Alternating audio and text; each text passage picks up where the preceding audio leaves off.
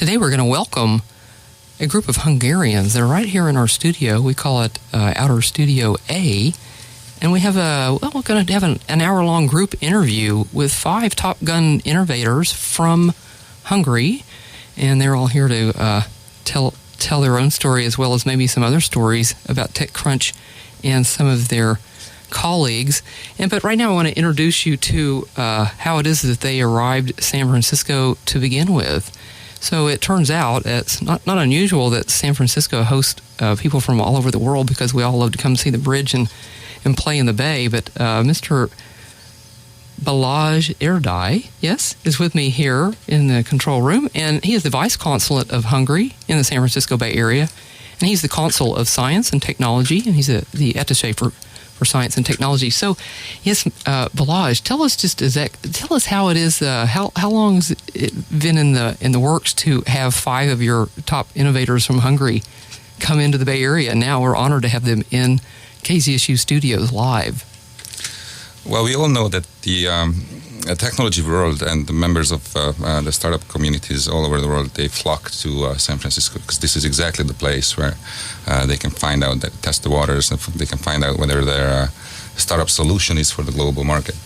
And we do just the same. My job here as a diplomat focused on Silicon Valley is to help Hungarian startups when they do come over to open the first doors, make the first introductions, connect them to the right people in different industries, but also to bridge the two startup ecosystems in this region and back in Central Europe.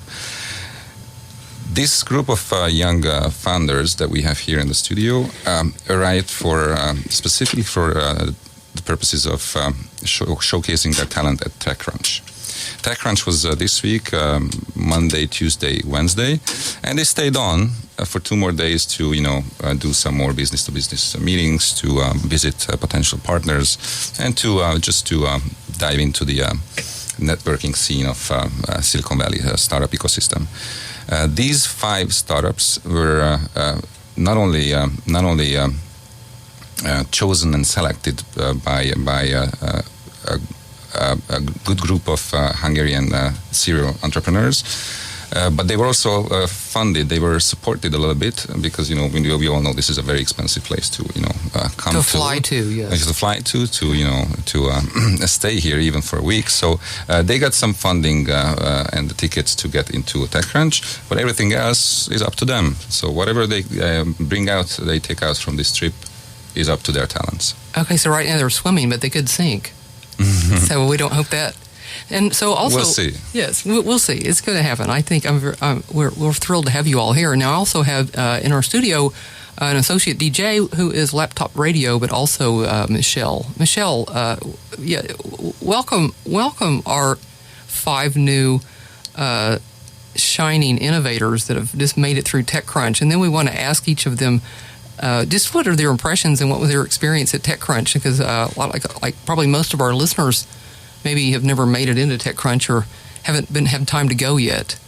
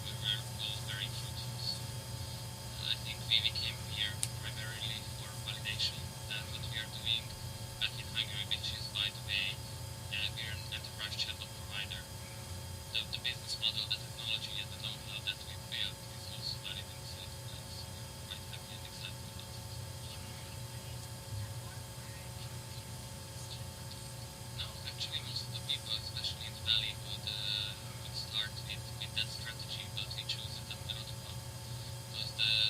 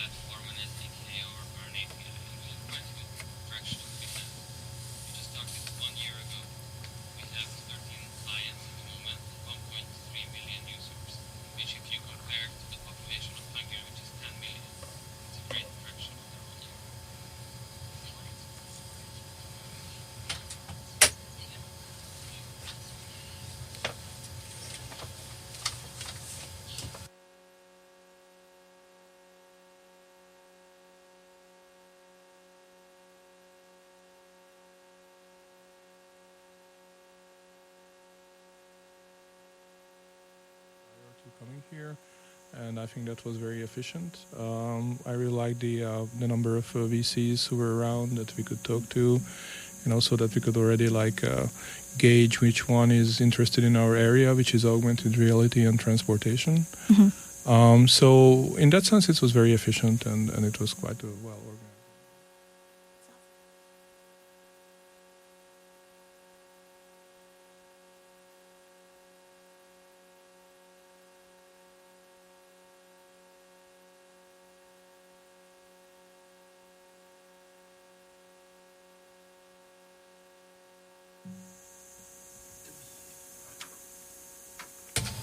Was I so bad? Welcome, Hungarians. Let's see, that was just a 6-minute false start. This is KZSU Stanford 90.1 FM, and this is Clean Copper Radio and Hot Topics. Our topic was so hot that we had to take it off air for about 6 minutes. But now we want to welcome. We're gonna introduce our group talk with Hungarians by introducing you to Balázs Erdei, that will explain how it is that the Hungarians got here to begin with. And Balázs Erdei is the Vice Consulate of Hungary in the San Francisco Bay Area. He's the Consul and Science and Technology Attaché. So, yeah, tell us how all of these 5 got selected, and why are you here? Of course, it's maybe sort of obvious, but we're excited that you're here at KZSU especially. Well, thank you very much, Charlotte, and a good day to the listeners. Thank you for having us here. Thank you for the opportunity. My government, the Hungarian government, decided about 2 years ago that we need to establish a diplomatic outpost here in the Silicon Valley. That was the Vice Consulate that I have been running for these 2 years. And my job here primarily is to focus on the startup ecosystem, to build bridges between the startup communities here in the Bay Area and also back in Hungary and in Central Europe. My job entails, having Hungarian startuppers coming over here, and my job is to introduce them, to open the first doors, to help them find the right connections, to validate their products, to test the waters. Now, these 5 startups that are the representatives are sitting right next to us. They were chosen specifically for TechCrunch to represent Hungary at TechCrunch. These 5 startups proved to be the best out of an applicant, let's say 45, 50 startups applied. And these 5 were chosen to be supported financially to be able to afford, flying over here and to go to the TechCrunch itself. I mean, they could afford it, but some government help is always nice when the place is so expensive, such as the San Francisco Bay Area. These guys, the founders of these 5 startups, came to TechCrunch. They had a very successful first 3 days on Monday, Tuesday, and Wednesday. And now the rest of the week is spent by going on B2B meetings, finding potential partners, and meeting you guys. Absolutely. Well, we're just part of the ecosystem here, so we're so happy to have you here. And I also want to introduce another associate DJ that's with us. This is Laptop Radio, Michelle. Hello. Maybe introduce us. You're there with 5 bright, shining new startups, which equate to what, maybe 10 people? There's how many? All of you are 1 or maybe 2, but we'll find out. So we have Talkabout, Airglass, Publish Drive, Xeon, and VR AR Math here. Okay, so let's start with whichever you like. Let's chat with Talkabout. Yeah, and I'm especially interested in your experience and impression of TechCrunch, and then also, what you're doing. So we'll have a few rounds here. Thanks. My name is Ákos Daliaga. I'm one of the co-founders of Talkabout, and we came to TechCrunch in order to test our seeming competitive advantage in the Bay Area and come and test the market here.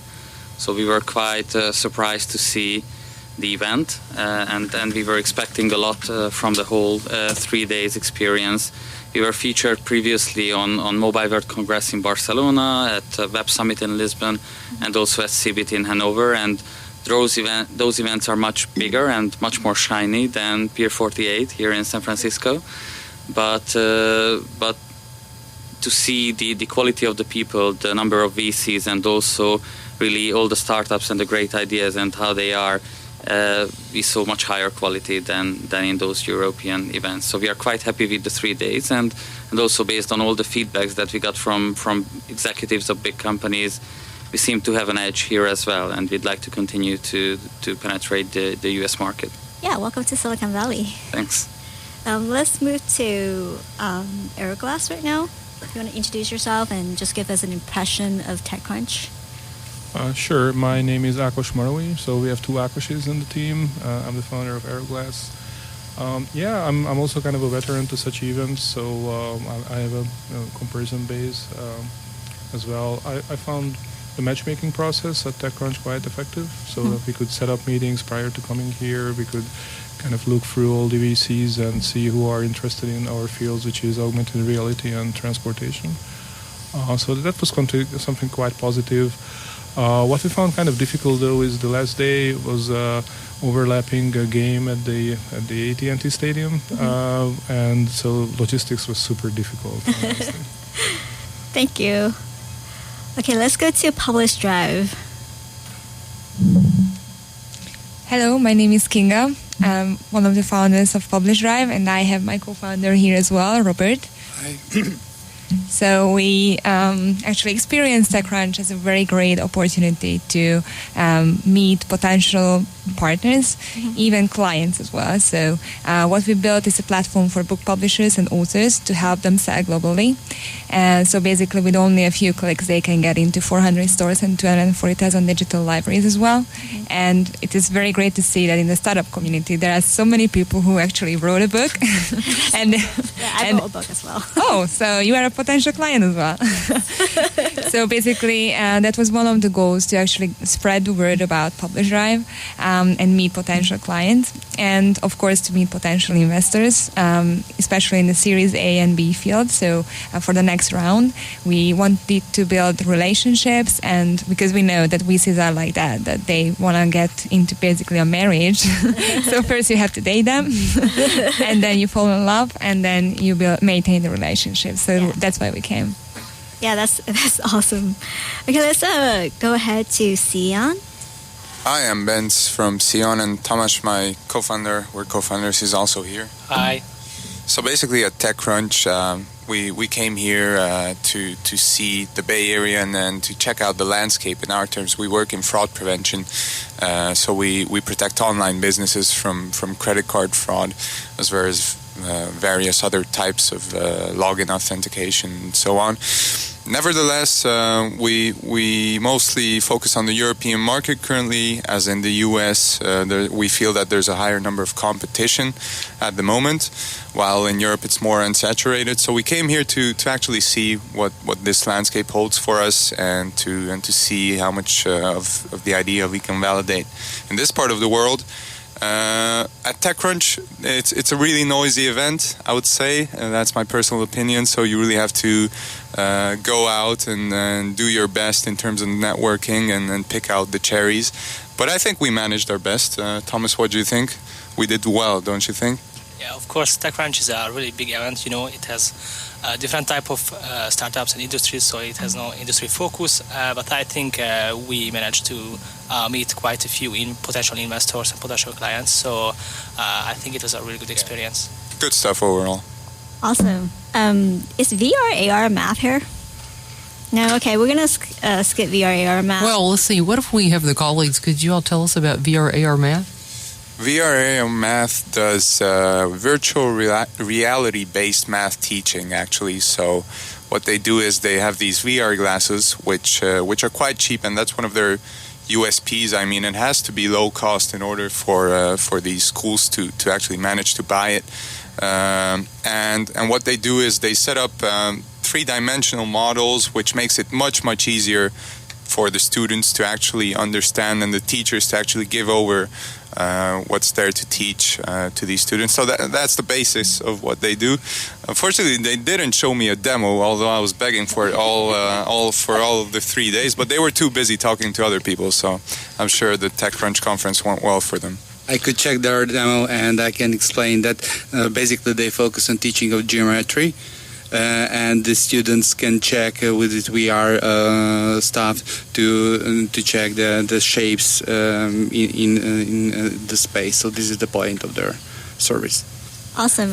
I want to talk about your aha moment, and I just want the chat to be a little bit more interactive, so anyone could kind of jump in, because it's a conversation, or where you can tell your story. So what is your aha moment? And when you share your story, I just want you to also mention your name and your company again, so that the listeners will remember. So my name is Ákos Taliaga from Talkabout, and we are an enterprise chatbot company. So we build these custom products from pre-built components to companies who want to chat with their clients on the social media platforms. And we started last year when I was sort of finishing my MBA program with Gary, who's also in the room. And we sat with NASDAQ. The chief marketing officer of NASDAQ was presenting to us in a New York field trip. Mm-hmm. And they were saying that they are using Snapchat, Facebook Live events, and other sorts of social media platforms to connect with people, because they see it as a social threat that people don't want to have IPOs to NASDAQ later on if they don't communicate to the younger generation. Right. And I already had the idea of creating this chatbot company. So I asked the marketing manager of NASDAQ whether he wants to have a chatbot, and he said, yes, it's the next on my list. So in 2 days we prepared a pitch to the guy, and we were pitching it in the NASDAQ studio where they ring the bells. So it was really exciting, and it gave us the real push to start the company. Mm-hmm. That's a very good aha moment. That's awesome. I can't really share a personal aha moment, but I can share aha moments of the journalists that we demoed to. Mm-hmm. In our case, our solution is based on transportation domain, so it's very difficult for us to demo something indoors. So what we did is that we set up a car-based demo outside of the venue, mm-hmm. and we invited journalists to sit into our car, and then put on our smart glasses, and then they would immediately see a new world through the glasses, mm-hmm. in that area. And always the smile on their faces when they first encounter the augmentations that we do. That's always a very reassuring moment. Let me ask you a question. So I've been to CES this year in 2017, and there's an AR event where I sit into, I think, Mercedes or Lexus, and there's an AR screen, but it was just very rudimentary. It's just like a sign, and I was like, what? So how is your company better or different from that? Well, first of all, our solution actually works in a moving vehicle. The demo you saw does not. Neither does BMW's demo, and those are the only two demos out there which have been showcased publicly. Okay. So that's kind of a big difference. A car is nice, but you have to move it at some point, right? Correct. And the other thing is that we are using smart glasses. So in our case, the visuals that we display, they work in all directions. So you can turn your head around, you can look left and right, up and down. The visuals are always going to be there. Even you can look through your own car's chassis, through the blind spots of the car, and our visuals are also going to be there. So is that a 360? 360. Got it. Great. Probably we also can share not our but potential customers' moments. That also happened on this TechCrunch more times, but also happens regularly. That as we help our clients to sell ebooks, and we tell them that we can sell over 400 stores worldwide. And they ask us that, my ebooks are sold very well on Amazon, mm-hmm. and we describe that Amazon is only one channel of this 400, mm-hmm. and especially in the States, the ebook stores means Amazon for most of the people, but as they have serious market share, it's absolutely not the only market when ebooks can be sold. according to our numbers, it doesn't reach the 50% of the market. Yeah, I think there's a need for marketing for sure. And how about the fraud prevention? Yeah, I think for us, just a general aha moment was seeing the amount of people that approached us at the event, and they actually understood what we do.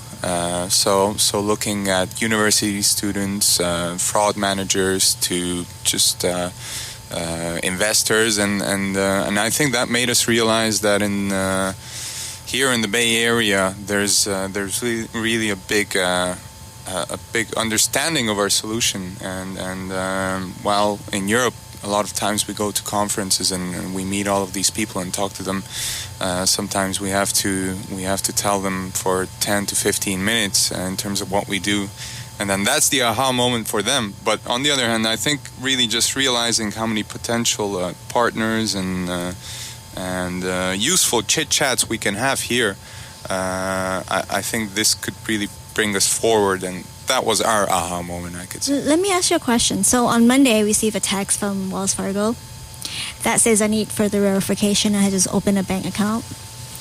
I went to Wells Fargo yesterday and talked to the representative, and it turns out that it was a phish text. So that was fraud, right? So what would your company do to correct that or prevent that? Yeah, my name is Thomas, the co-founder of the company. So basically, a lot of people get phished and their login credentials being stolen, username, passwords.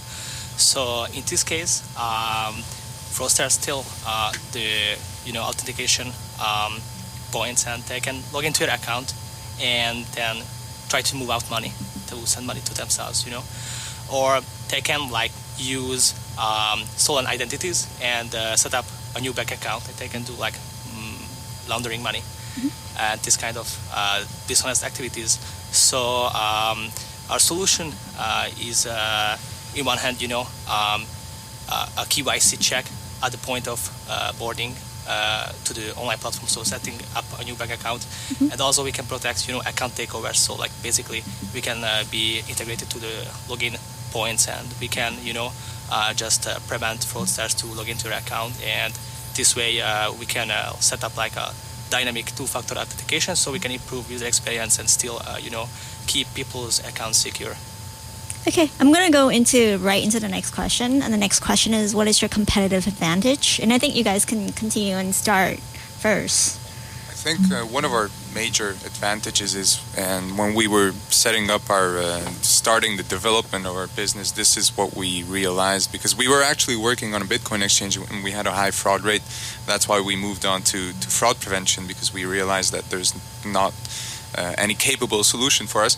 Nevertheless, we pretty much combine an ease of integration together with a depth of functionality, and therefore we overcome the biggest hurdle of the current competitors on the market. And what is the biggest hurdle?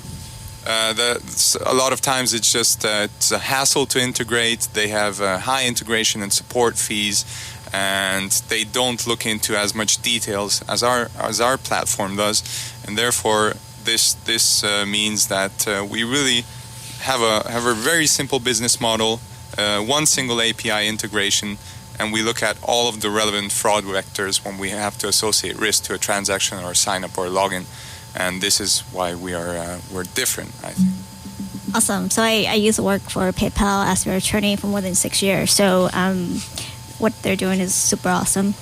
Let's go to the book publishing story. So Publish Drive, what is your competitive advantage? So we built a platform in a way that if you are actually signing up, you upload your books, then everything is totally transparent. So if you are selling it, you basically can see real-time sales data with a nice dashboard, so you can understand much better what's going on with your books. And on top of that, we are actually selling in more emerging markets as well. And of course, we give you the best royalty options as well, meaning that in the end you can earn 3 times more than if you are publishing only an Amazon Kindle, as Robert said before. So it's really important, in my opinion, for the authors, for the indie publishers, that they can get more independent from the big major retail stores, and they actually can get their message out to the widest network of readers. So do you market for the consumer, or does the consumer market for themselves? How does marketing work? So right now what we do, that we actually select some titles from our catalog, and we suggest them to the different stores so they can get featured on the front page, or even in some featured selected titles as well, which is actually obviously driving a lot of sales as well. So. Awesome. Okay, let's move to Aeroglass. So I think we spoke a little bit about it before. What is your competitive advantage or your moat? Yeah, so our competitive advantage is that in the generic transportation space, basically we don't know of anyone who has a working solution for an outdoors AR package. So that's kind of a big advantage. In the aviation space, we have 2 competitors who are somewhat similar, not totally the same. So we think that we are kind of moving forward very fast in this area, where other people have been concentrating on other areas, which is mostly indoors versus outdoors. Okay, so speed to market would be your competitive advantage. And then how about Talkabout? There are probably 10,000 companies there making chatbots right now. Exactly. How are you different? Chatbots are really hyped. Just on Facebook Messenger, since last year, 100,000 chatbots were released. And in most cases, the customer experience is not so good, not at all. Yeah. You can just click yourself a chatbot together for free, and it works to some extent. So what we are doing is that we created an enterprise business model. We are not charging our customers per transaction or per user, because we don't want to penalize for success. We are charging a subscription to keep the platform, the framework modern, plus we are charging for integrations on a project basis. And on a technology level, what is really differentiator is that all these chatbots, all the 10,000 companies, or probably 99% of them, are using the likes of Microsoft or Google or Amazon to do natural language processing. We are using, as we sit here, the Stanford language libraries, which is an open source library for about 150 different languages all over the globe, supporting them natively. It's not so easy to integrate these into a chatbot, because you have to configure and alter and modify them for the chatbot. But we are from Hungary, come on. Google and all these don't work, neither for the surrounding countries, and most of the companies who operate, they operate globally, so just English doesn't work at all. We are supporting now 8 languages, but we can support up to 150, and it's all built in. So when a company is using our chatbot, there's no data leakage towards Google or Microsoft. Yeah. We are ensuring data privacy, which is a key feature. And besides that, we have one of the co-founders who's a marketing guy, and we are actively researching the chatbot marketing, which is non-existing today. Yeah. That's why we need to research and create a cookbook for it, to know how to engage people, how to attract them to the chatbot, how to retain them, keep the excitement about it, and then how to use it for business conversion ultimately. As I didn't think I mentioned before, just over 1 year, we contracted 13 clients, and 1.3 million people used our chatbots in a country of 10 million. So that's a great traction, and shows how we are focusing on the marketing and the customer experience aspect. Yeah. See, Michelle and Charlotte. See, I told you these guys are good. See, I'm in the valley, and I talk to VCs, and they talk about market product fit, and traction is an example of that. And so I wanted to move into traction, and then talk about VCs next, and what kind of VCs you guys are looking for. But if VCs are listening here, what kind of traction do you have? Okay, so continuing regarding Talkabout. We won the competition of Nestle, so we are mentored by Nestle, and we are discussing chatbots. Besides the 13 companies that I've mentioned, they are all, by the way, from different verticals. we have a theater, we have a music festival, a shopping center, online real estate portal, and now we just contracted last year a bank who's ordering not one but 3 chatbots, one to contact with their clients, one for their internal bankers to access internal knowledge base, and the third one for IT help desk. And we just contracted also the national gas utility provider, who's also a major client, and they will serve all the Hungarian citizens and automate the customer contact with a much better user experience than before. So regarding traction, I think we have a lot of that. We have technology partners like Microsoft Azure. We integrated with PayPal. We are incubated at Central European University, and we're listed among the top 20 fintech companies to keep an eye on by Forbes in Hungary.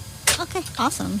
How about like Aeroglass? Like, do you have traction? How is building Traction Light in that industry?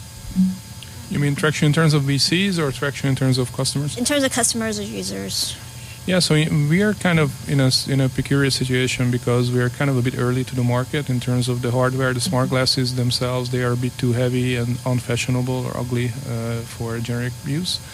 So therefore, first we are targeting professional use cases where these kind of pushback points are not that strong.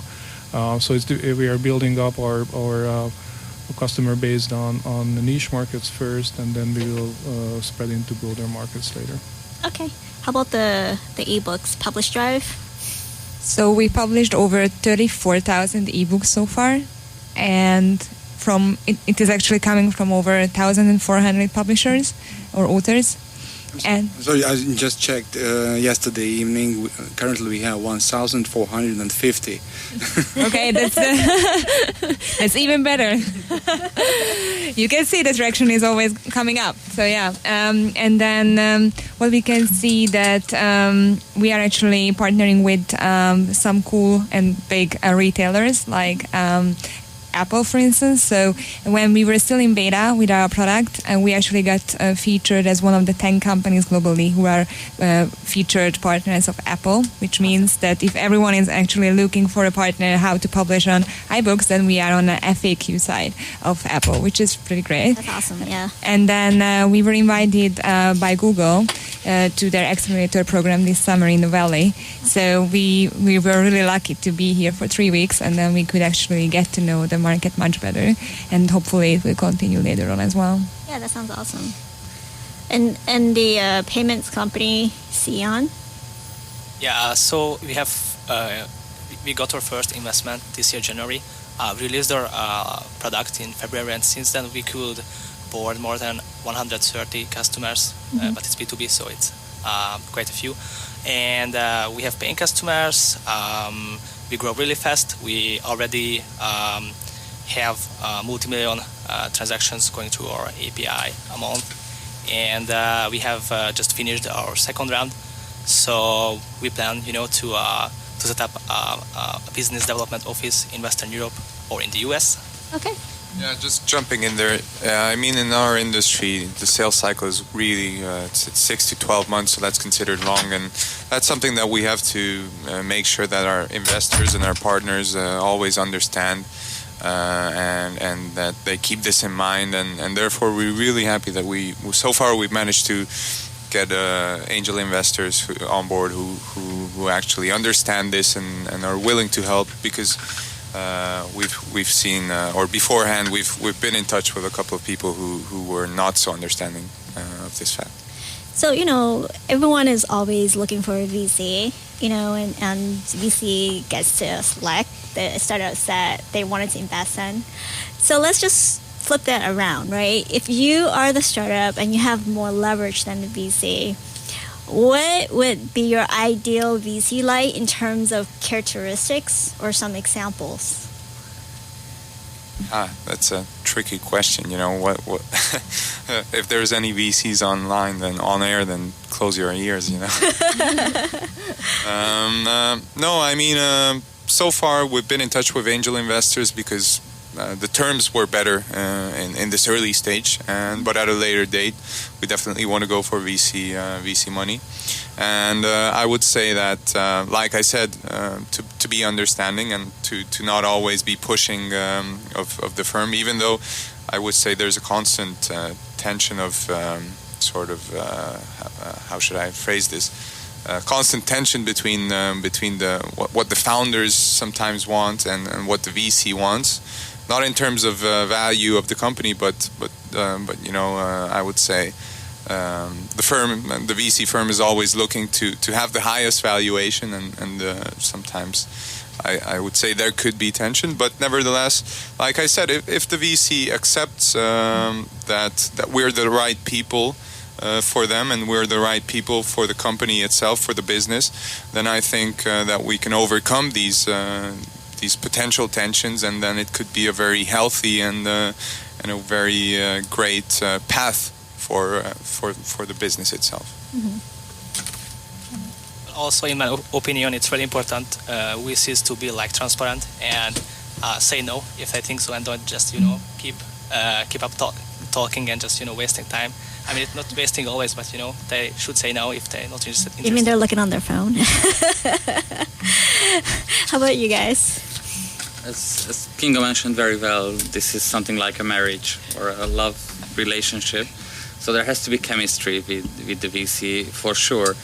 We've had many meetings with VCs, and some of them were demanding for us to change the pace, the expected pace of business development by doubling it or cutting it into half or things like that. And then we went home and thinking about their demands, and then we just said, no, that's not us. Yeah. We want this kind of business development. So I think every co-founder and every startuper has to be really strict on what's the strategy and where they want to be. So we're looking for an investor who understands this, who believes in us, who believes in the team, and then who's not handling hundreds or thousands of companies. So the investor may add value as well. And then I'm not yet talking about smart money, because I don't expect any VCs to specialize on chatbots in this stage. Yeah, for us, it's somehow very similar. So obviously chemistry is really important. But besides that, the mutual thinking that we actually can agree on the strategy as well. And they understand the pain of the founders too. So many VCs, what I actually heard from other startups, when the things are going bad, then they are just trying to somehow avoid any loss. And of course, for the founders, it's a loss as well. So they have to really think through what is going on and how they can overcome those kind of issues. And on the other hand, what we are looking for always in a VC, that first of all, founder friendly, of course, but that they know something about the industry.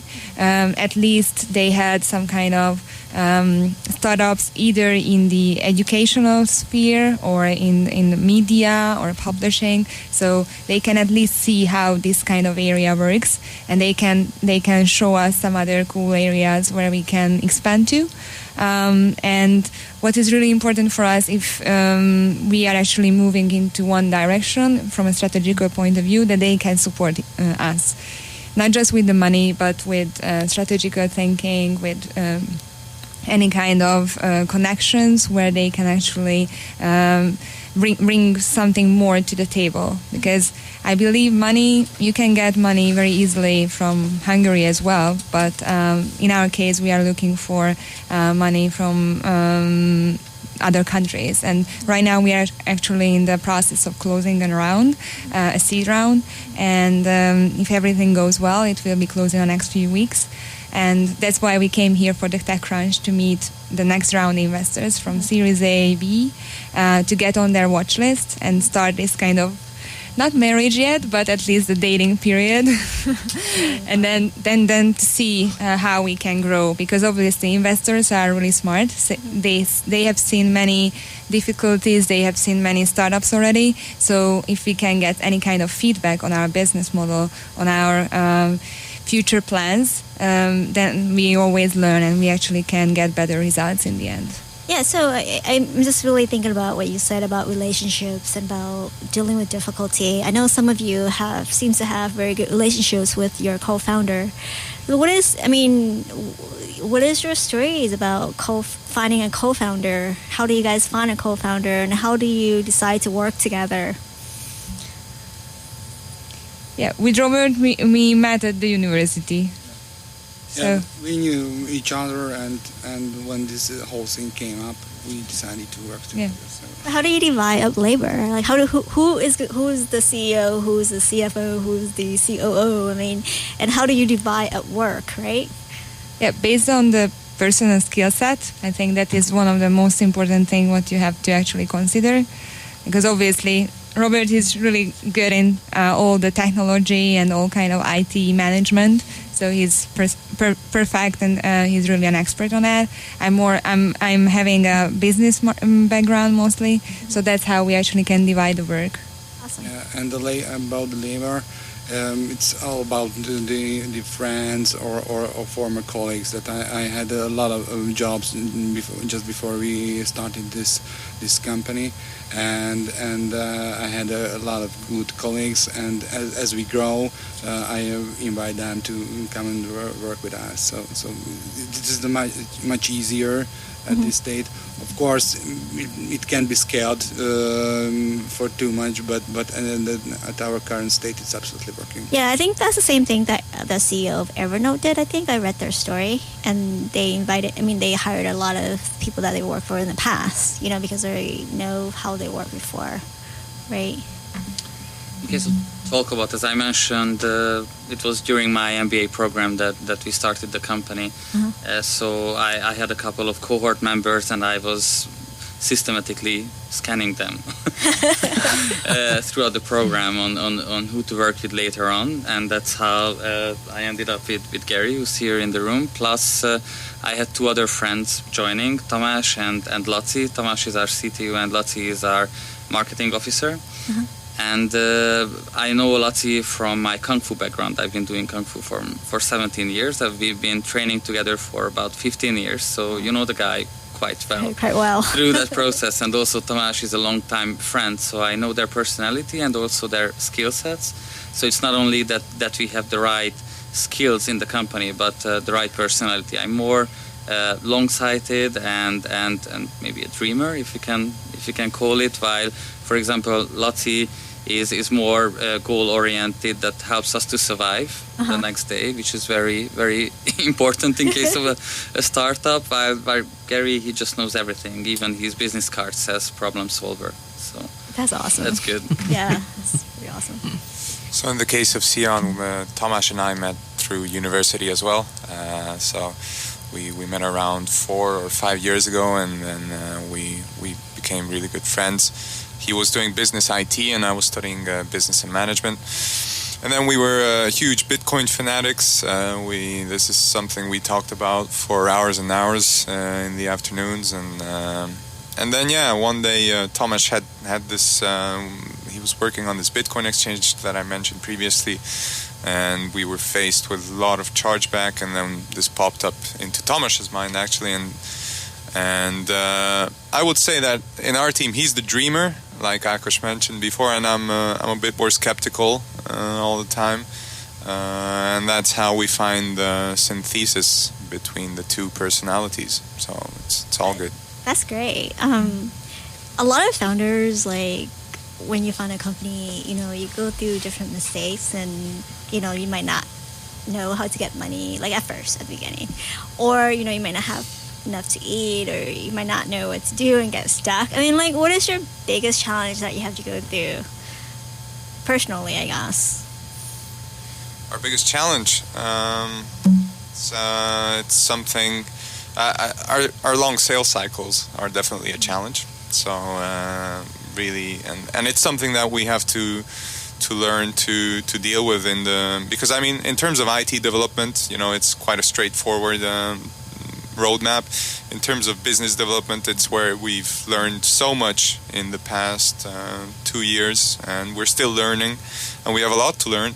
So that's definitely a challenge ahead of us. but I think that we're doing our best and that we've come to a good point. Tomasz?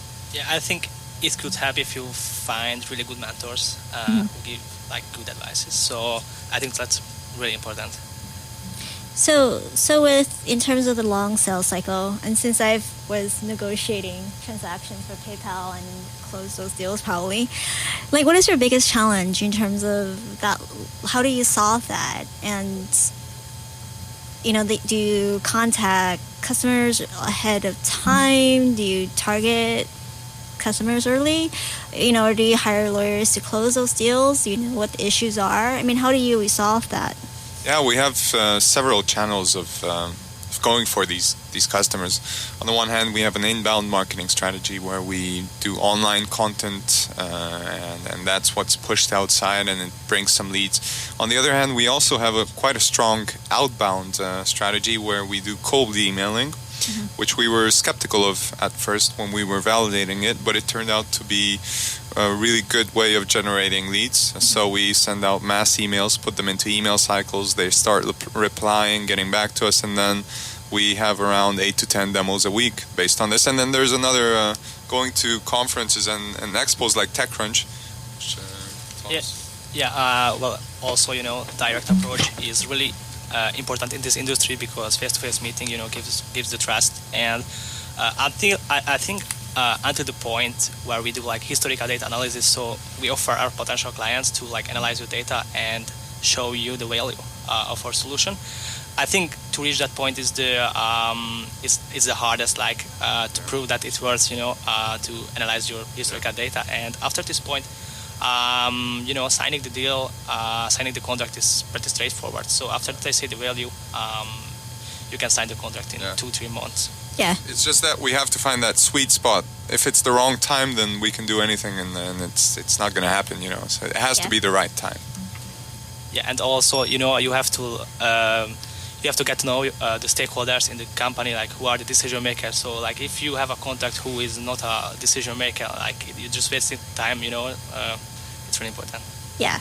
So I think there are a few fintech newsletter like Payment Tech and fintech companies around here that you can contact, and most of the people there are industry leaders. So let's go to Publish Drive. What kind of challenges have you guys gone through? Like the biggest one? Let me say some personal. My role. I'm the CTO, and it's a very big question always. That we have our development plan roadmap. That what we would like to do.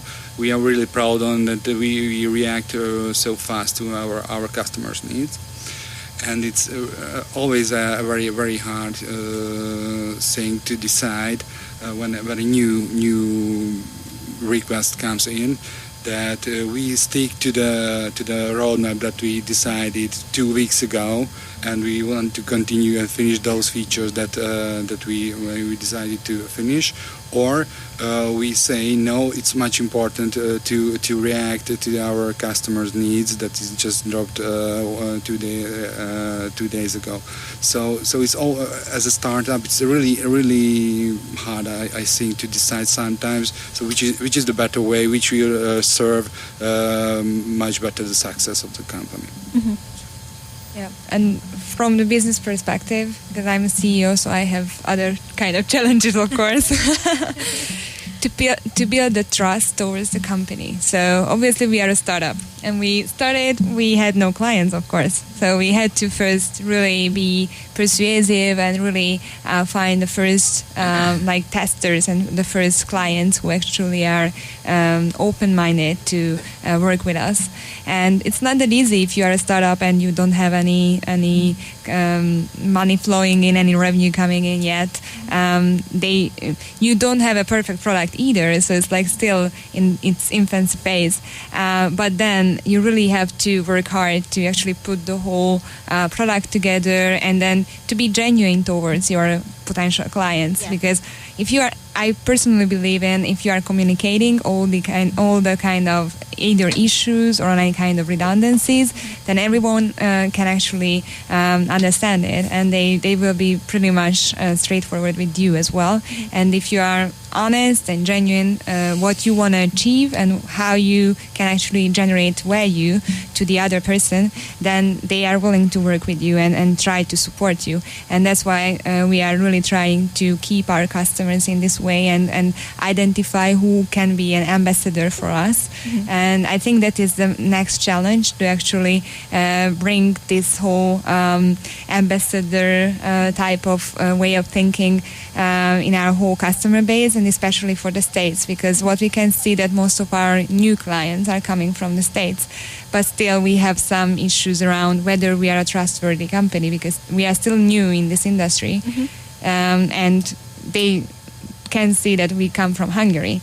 Many people in the US, they don't know where Hungary is, so they just see that we probably have to look at what we can actually read about Hungary and who they are, whether they are trustworthy.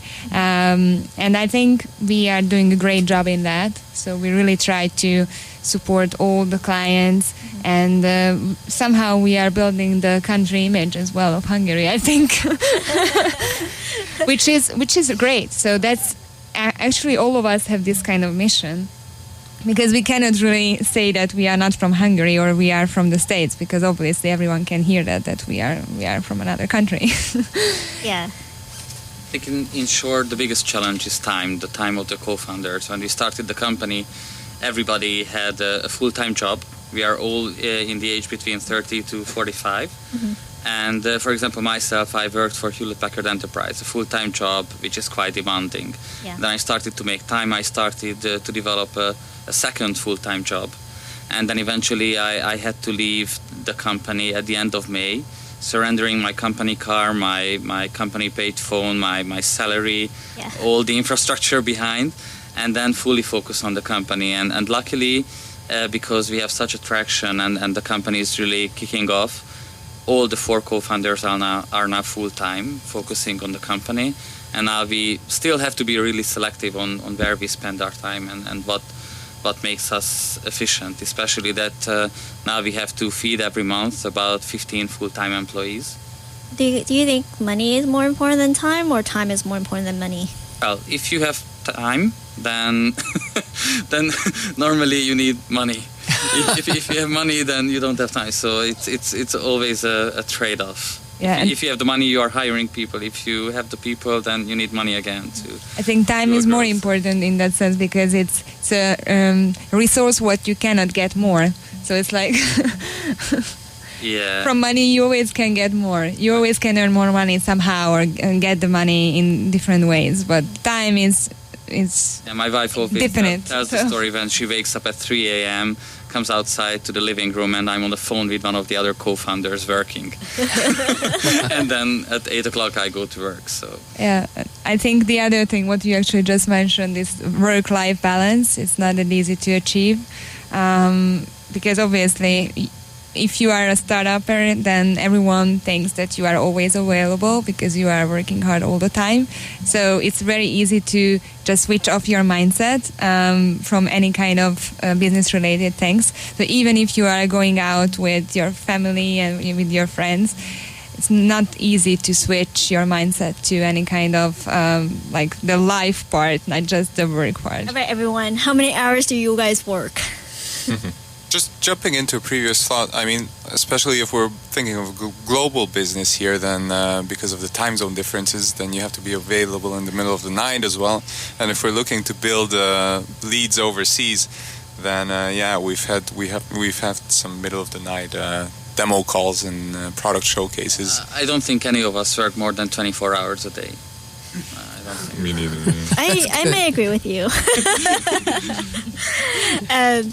I wanted to jump in a little bit about culture, because we talk about our personal challenges in terms of different roles, different giving up jobs to do this, and finding co-founder. How do you build your culture, and when do you build your culture for the company, and how did your personality or what you value influence that culture? So in terms of this cultural discussion, when we were at the Google Launchpad Accelerator program, we had a full-day workshop about what our personal motivations are. Mm-hmm. And we basically built the whole company culture and the value proposition as well based on that personal motivation, what we as founders have. Which was really interesting, I think, and it really showed that basically without the founders there is no culture what we actually can build without the personal values of the founders. Mm-hmm. So every day when we actually show up in the office or we just talk to other people, they can see basically the whole company's culture. So what is your culture? I mean, when your employees come and they see you every day, what do they see? I hope that I see that I slept enough, which is not usually the case. Well, I try to be very open and friendly, so I hope that other people think about our company in this way as well, mm-hmm. that we really try to be there and support them and get them to the next level, because that's why we built the company, to actually create value for others as well. What are your top three values for the company? Yeah, global, open-minded, and... Transparent as well. As I see, our customer really like us, as we really transparent, we really truthfully. So even we also sometimes make mistakes, but always we are always honest, and we really see that our customers appreciate it. Mm-hmm. So we believe this is the key of the longer term type business, and it really works according to our customers. Yeah, let me tell you a very short, funny story about this kind of honesty and transparency thing. Once we were actually sending out some emails to our customers, and there was some mistake or some error. So we basically addressed the customers and we used wrong names. Switch the names and the email address. Yes. So that was a bit interesting. And then some of the clients just wrote back to us, okay, guys, it's not me. What happened? Is something wrong or what? And then I sent out another email. Sorry, guys. Well, it's Friday afternoon, so mistakes happen. Sorry, we will never do that again. And they were just sending back some messages to us. Okay, guys, we really appreciate your honesty and keep up the good work. We like you. And so it's pretty good. If you are honest, you can actually just build a relationship this way as well. So no one is perfect, and we accept that. That's awesome. Very good story. In our case, I think it's very important to set the right culture from the very beginning. I remember we had a potential client in the second month of our operation. We are a private limited company with a capital of $10,000 roughly, and one of the multinational companies sent us an NDA with every breach demanding for about $50,000 per breach, and then we just send them that okay, first it's unlimited term, which doesn't make sense in IT at all, and if we fail our NDA, we will just go bankrupt because so it doesn't make sense. Why don't we do any other types of guarantees? And eventually we didn't sign the NDA because it just doesn't make sense. And they said that 95% of the companies sign it without a question. And we told them that, well, we don't want to do that. We even canceled one of the customer contacts because the client side project manager was demanding things that were unfair in our viewpoint, and we didn't want to submit to unfair requests, so we canceled our contract. It's very painful for a client, but to be honest to yourself, I quit Hewlett Packard, the multinational company. I'm building my own company, and I want to enjoy myself. while doing this. So I want to work with clients who are nice. Yeah, so you're authentic. How about you guys, Sion? Yeah, for us, we started developing around 2 years ago, and we had one developer back then.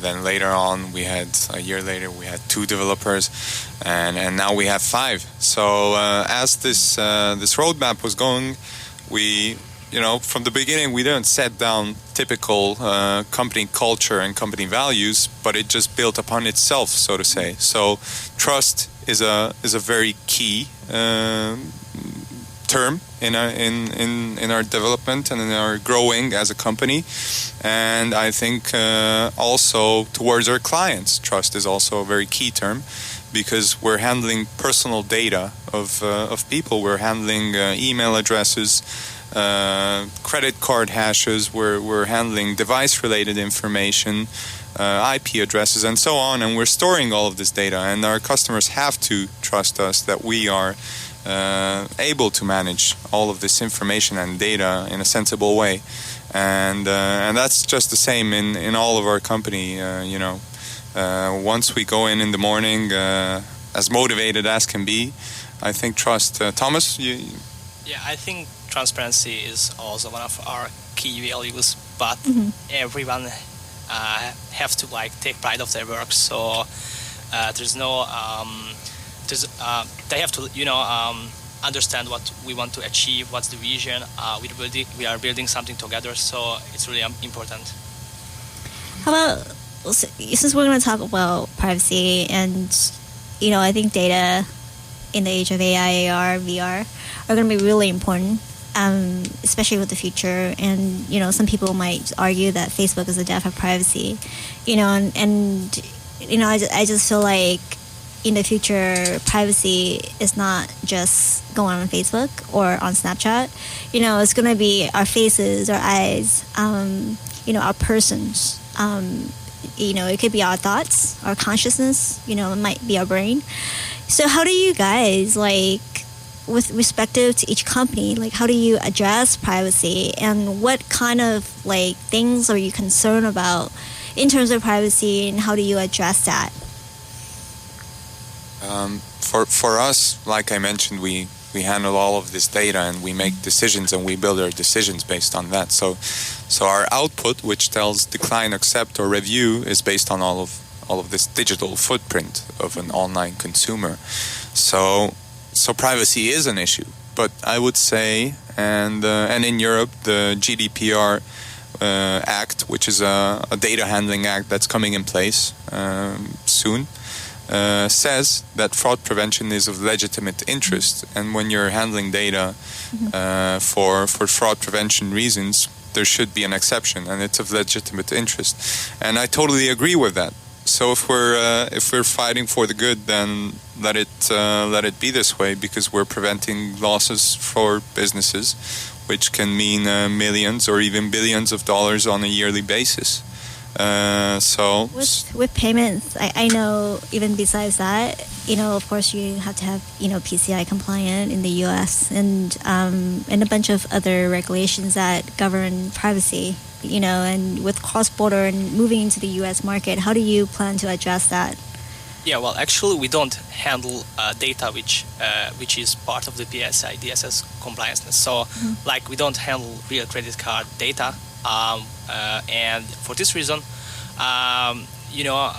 from our point of view, our clients have to put in their TOS that they are sending data to providers like us. Also, we're registered data handlers, and we fall under the EU Data Handling Act. We're registered as national data handlers in our local ministry, and our Amazon Web Services are also completely fall under this radar. They're based in Ireland, so we're completely covered in these terms, legally speaking. Okay, awesome. Thank you for the question, because this is another differentiator for ourselves. Yeah. Most of the chatbots are in the public cloud, and they are not really safe from a data privacy standpoint, because people are sharing personal data with these programs. We had one of our clients, an online recipe portal, where a guy just submitted a photo of a girl asking whether he should date the girl or not, in the opinion of the chatbot. So this is just just a tricky example, but really in case of the banking chatbot that I've mentioned, we will definitely handle very sensitive data. And all of our chatbots can be installed on-premise, and they are all dedicated programs with dedicated databases to that specific client, and the data's owner is in every case our B2B client. And we are ensuring them that the data stays there. In case of credit card data, we are using other means of technology not to store such data. You guys make chatbots on Facebook and other platforms that... Yes, we are a global preferred enabling partner for Viber, which has 900 million users, and they are very, very popular in Central Europe. In some countries, they are even more popular than Facebook. We have many Facebook chatbots. Now we are building Skype for Business chatbot, and also many clients demand an embedded browser widget that is automated with our chatbot. How do you protect these personal data? I mean, do you put in a different server? Do you just allow certain people access to it? Like, how do you manage these data? As I mentioned, they sit on a dedicated server to that specific client. And in case of the bank, obviously, they are ensuring that their security policies are there. So all the firewalls or the DDoS prevention methods and everything else is in place. Okay. Awesome. In our case, the financial data that we store is minor, but all we store, trying to store it encrypted. What is much more interesting and important in our case is the right protection. It means that the e-books should be protected against the unauthorized copy. And we always use this kind of technology that's used in the industry, the digital right management. So we do everything for our customers to keep away their content of illegal copy. Okay, so you have to basically comply with the DMCA. Okay. How do you filter the hiring of your employees? Like how do you prevent, yourself from hiring like a bad apple? You mean like how we? Yeah, when you hire people, how do you filter them? And do you read people? Do you ask 1 or 2 questions? Do you make sure they fit into your culture? Or do you ask them in general, like, what's your 5-year plan? And think about how they answer that, and then just filter them that way. Yeah. So just quickly before your answer, this is KZSU Stanford 90.1 FM on a station ID, and we are speaking with 5 startup companies that have come in from Hungary to TechCrunch, brought in by their own government through some competition, I imagine, and that would be through the consulate of Hungary in the San Francisco Bay Area. So, yeah, continue on. Our listeners might just be joining us, and we're welcome to have you all here again. So continue on your amazing startups that we're interviewing here right now. Yeah, remember to say your company name and your name, so that I think there's different listeners like all along. Yeah. Come and go. The commute hour you're now into.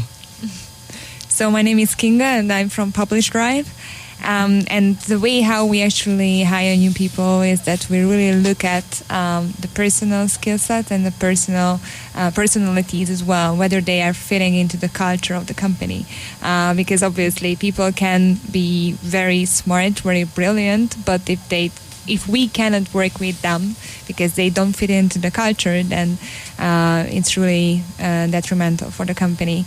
And what we are always trying to keep in mind, that we want to have fun. So when we are working together, we are not just like coworkers, So we try to build a culture in a way that if we are having a new team member, then we can actually go out and have a beer together and we have fun.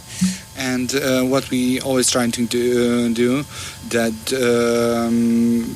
we always try to give them one task, one challenge that they should solve, and describe us how they did that. And these challenges are not just for their hiring. They are really challenges within the company, and this is such challenges that we haven't solved yet on our now.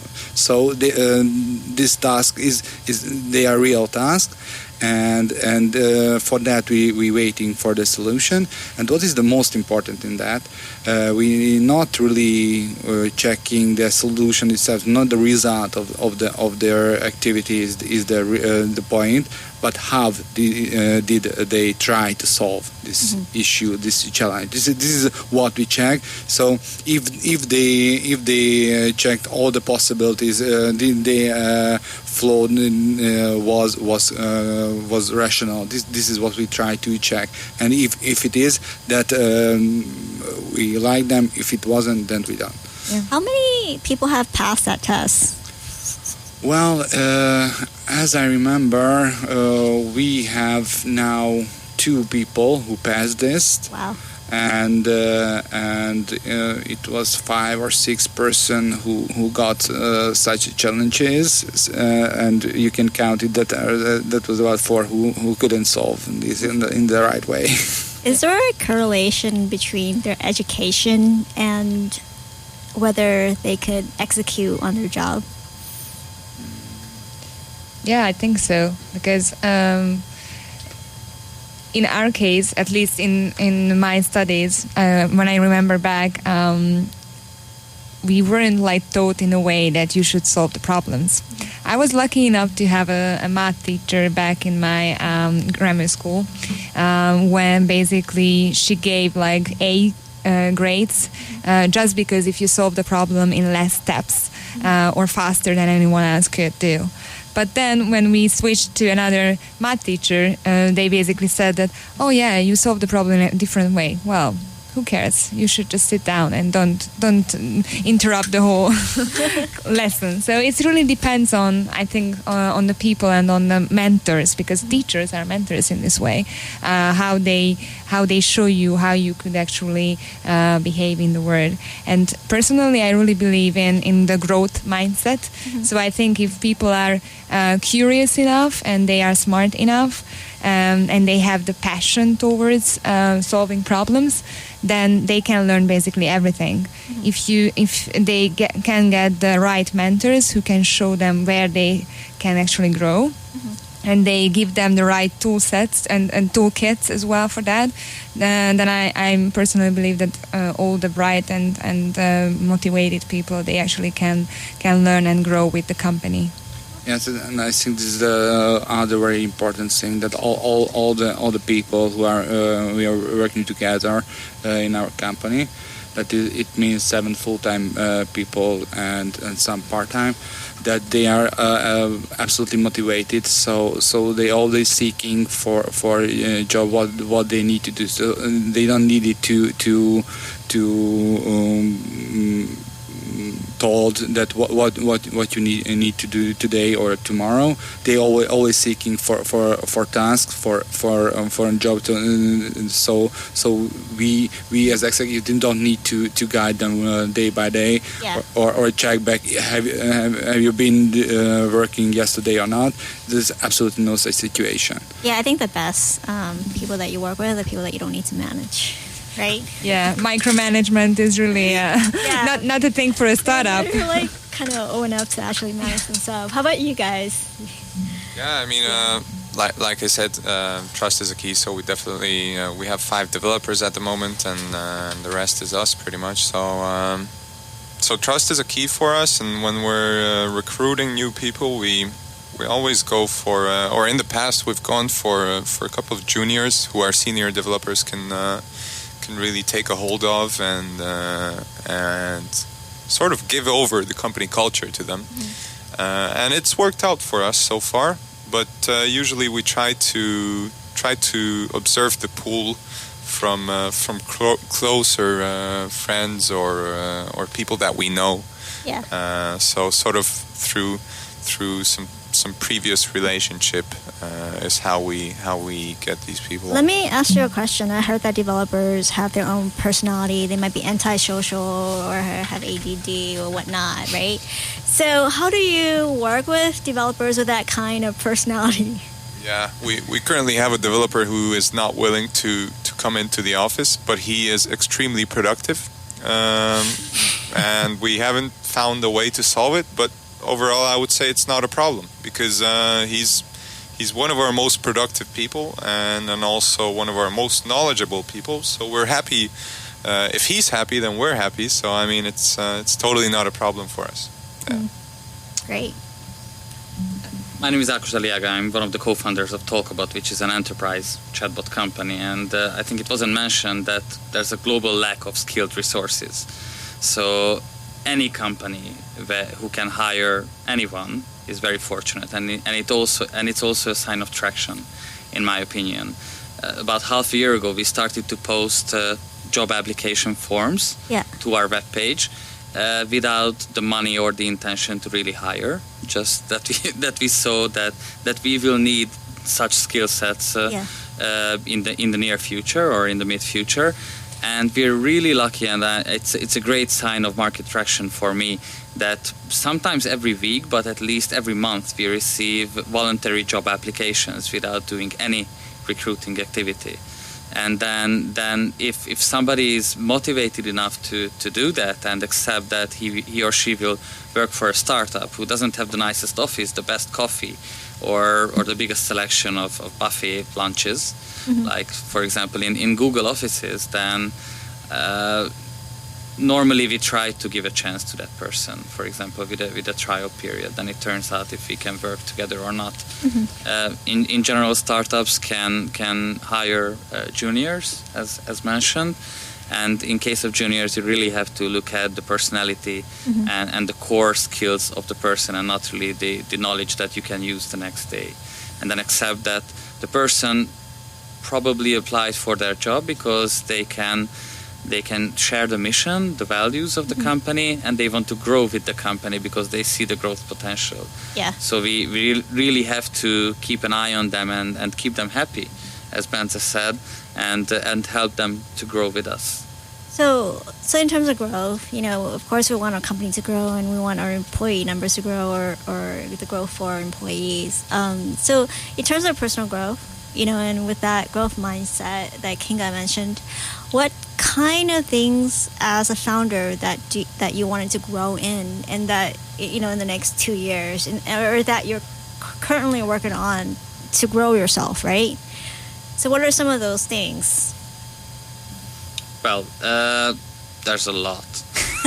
It's a big question. You're starting from an idea, then you want to build a global company. So you just take the skills to develop the idea to an MVP, and then get the market traction, and then build an international organization while keeping up the quality. But it's not just about company growth, right? I'm just talking about personal growth as a founder, right? So you're supposed to grow along with the growth of the company.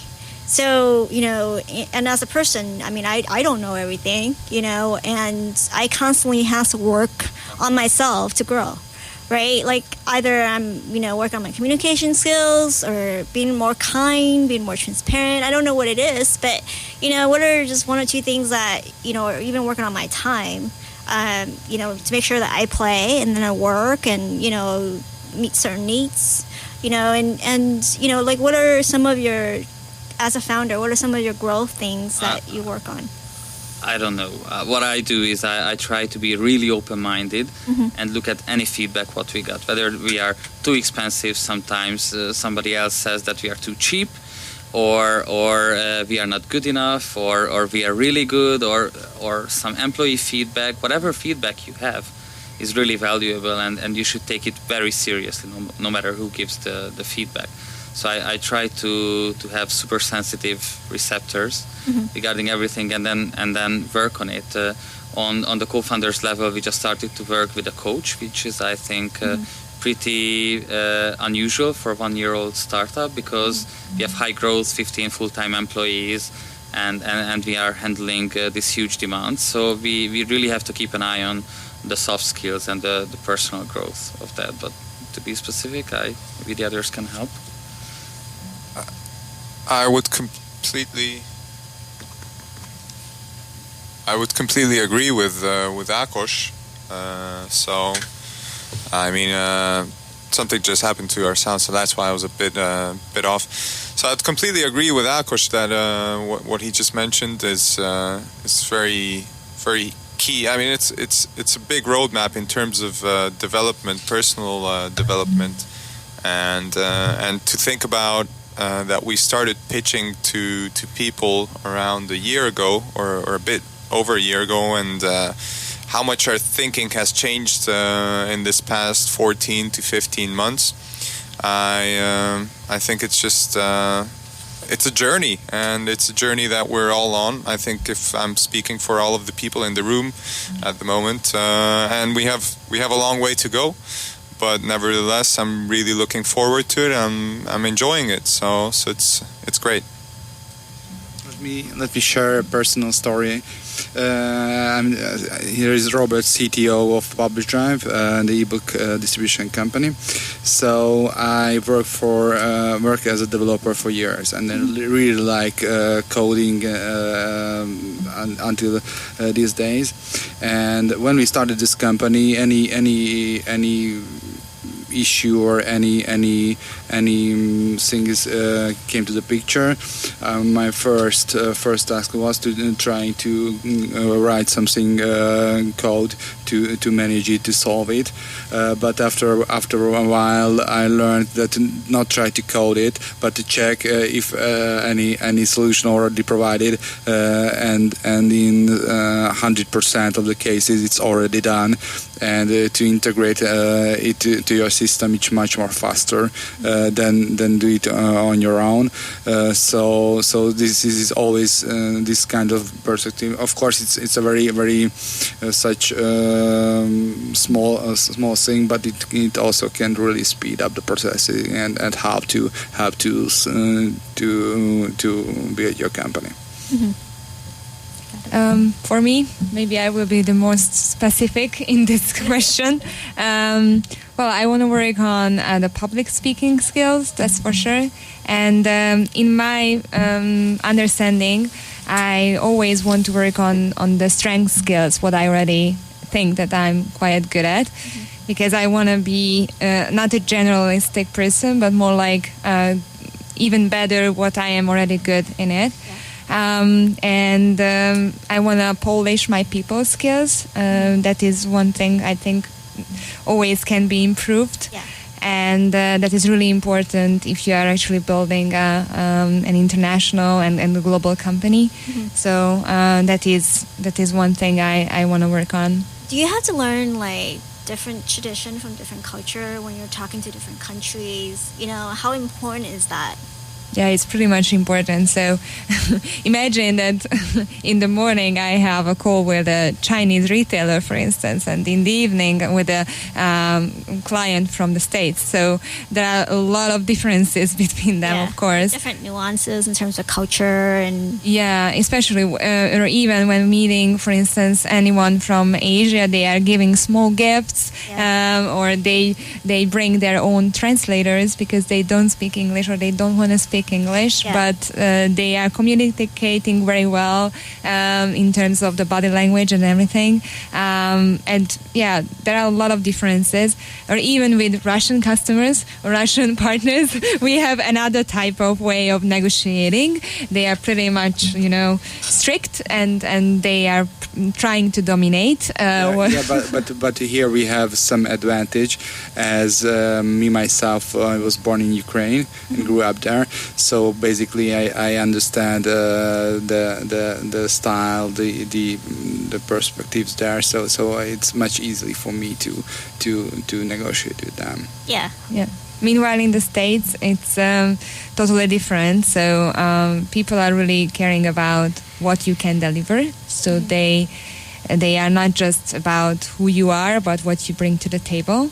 And actually, in many cases, when we meet some new potential partners, they like the fact that we are from another country. So for them, it's a bit exotic. So they can learn from other cultures as well. And that's why we try to share some parts of our culture, like gastronomy or any kind of cultural things, so they can learn what is outside of the States. And they are pretty much open-minded for that. And of course, we can learn from them as well, because every part of the States is different. And we are really open-minded, and we are really curious what's going on here. That's awesome. So, Michelle, I have a question about culture, and I want to know about the startup ecosystem and culture in Hungary. And anybody chime in? And I just preface that with I've been a startup Chile, actually guinea pig, like round one in startup Chile, and I think it's so it's sort of beyond fascinating. It's sometimes tragic that a national culture cannot permit failure. But of course, in Silicon Valley, I can honestly tell you that there is no such thing as failure. If you even use that word, I mean, from here across the whole Bay Area, you can see everything is an iteration going forward. And so I think that different cultures can really fail the founders, and the innovators in that respect. I'm just wondering, for all our listeners out there, what's it like? What if we want to go and take our startup to Hungary, just because it is in Central Europe? I will put a map on our website so that everybody that's listening will know where Hungary is.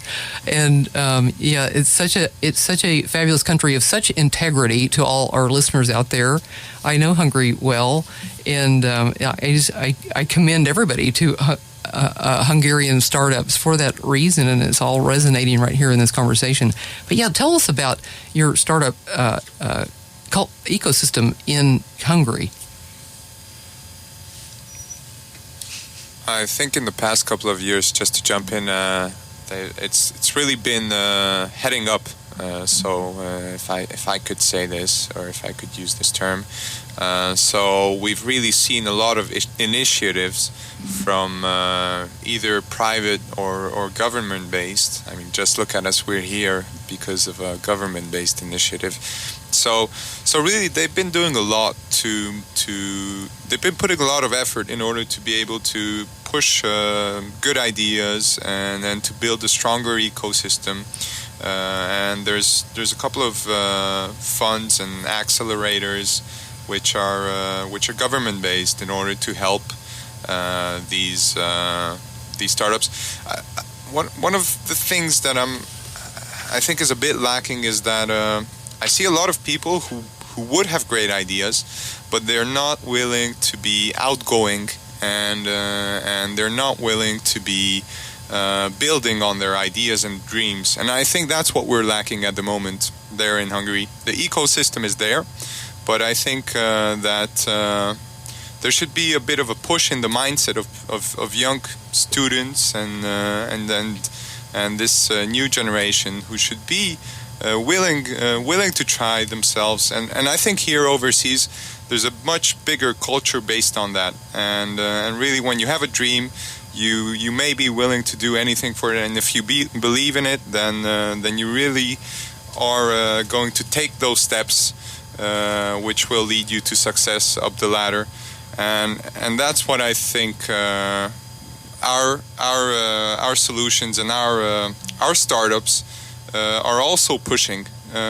This thought process in the youngsters, and it's showing them that it is possible, even though we're a small country, it is possible to go out and build things, global businesses.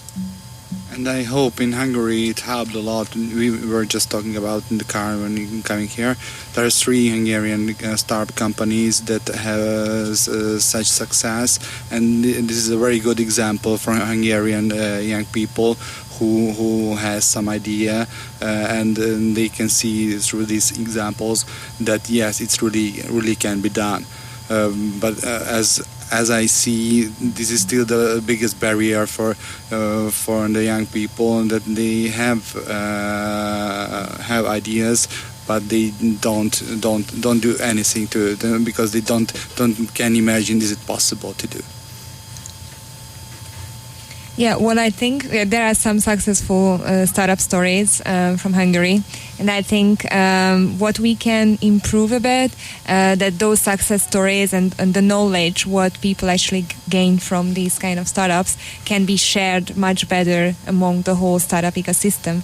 Because this is one thing that the government supports it with money, but startups are not really, government related, so they should be thinking totally differently than a government. So I think they could learn a lot from the successful startups, and if we are supporting each other and sharing all the knowledge what we've learned, that is one thing when we actually can take ourselves to the next level. And that's what I actually saw in Estonia, which is I think one of the most innovative countries in terms of the startup ecosystem. And if we can learn that kind of attitude, that we share all the knowledge between each other and the contacts, and we try to support each other, then I think we are on the right path already. Yes, attitude. Positive attitude. Yes. I have to disagree with Bence. I'm sorry about that. I don't think the ecosystem is there. Accept that. Totally accept it. Thanks. Hungary started a few years ago to systematically develop this innovation culture and to promote startups in the country. And there's no real venture capital culture in the country, so the competition of market-based VCs is not there yet. The amount of seed rounds and Series A monies that they put to the table is much smaller than in the States, and also the terms could not survive here, for example in the Valley, because they are non-market based. And also many private companies start to create incubators themselves. They are putting in some money, but they treat it as CSR or PR activity, and they are actually locking down startups rather than helping them to really grow on a global level. And they look at it as really a PR activity, or maybe hiring people from the startups. And I don't think it's really good. They don't have the genuine intention to promote startups and grow them globally. I think there's still a long way in Hungary until we can really have a strong and flourishing startup culture. But we're getting there. It's on the right path. And Balázs, you have any comment on that from the government point of view? Yes, I have to agree that the Hungarian startup ecosystem is more and more vibrant. There's a lot of there's some pieces missing. There's a lot of pieces that need improving, but there's a good amount of enthusiasm in the community, and it's improving real fast. And when we have these bridges to Silicon Valley, to the motherland of innovation and startup ecosystems of all that, then there's a real chance to not only progress in our knowledge, in our learning, in our experience, but also to have an avenue for those most successful and most promising Hungarian startups to aim at the global markets. Yes, and I commend all of you to be a successful global startup from Hungary, and from my experience from here in Silicon Valley of over 20 years, it's always phenomenal to me, because the ecosystem really grows because it's the startup themselves that come back and set up their own funds, and then they become the VC that is on the same wavelength as the new startups coming in. And that's really sort of the magic of Silicon Valley, is that at one point in time, all of the VCs have been a startup in one way or the other. And so it becomes like sort of a closed bubble at that point in time, and you're not having to depend on, even the lawyers and the investors are all part of the ecosystem. And that's what's always missing in the foreign countries. You can always find, college, even under college age, everybody's ready to launch a rocket somewhere, but then to even convince just somebody even at the university higher up that, like, yes, I can take my rocket out here and put it in a field and launch it, and they said no, that's impossible. And so it's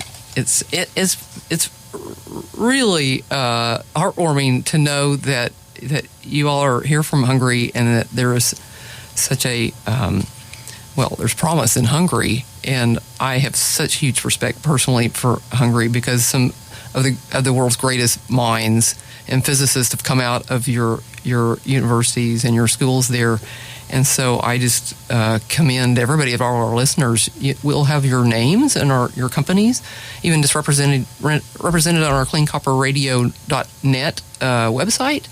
And let's everybody go around, and for our listeners that just have been tuning in, we are KZSU Stanford 90.1 Clean Copper Radio and Hot Topics, and we've been speaking with our co-DJ, which is Michelle of Laptop Radio, and we've been having a dialogue with some selected startups that have been from Hungary that have just come out from TechCrunch in downtown San Francisco. So now go around and give us one more time your ID, your company ID, and so we can your listeners can connect the name of the company with your voice and this kind of thing. I'm Benz, and we're from Xeon Technologies, live from Budapest. I mean, from Stanford, but we are from Budapest. And Xeon is SEON. Yes. Yes, exactly. Yeah, so what we do is we provide APIs for online businesses.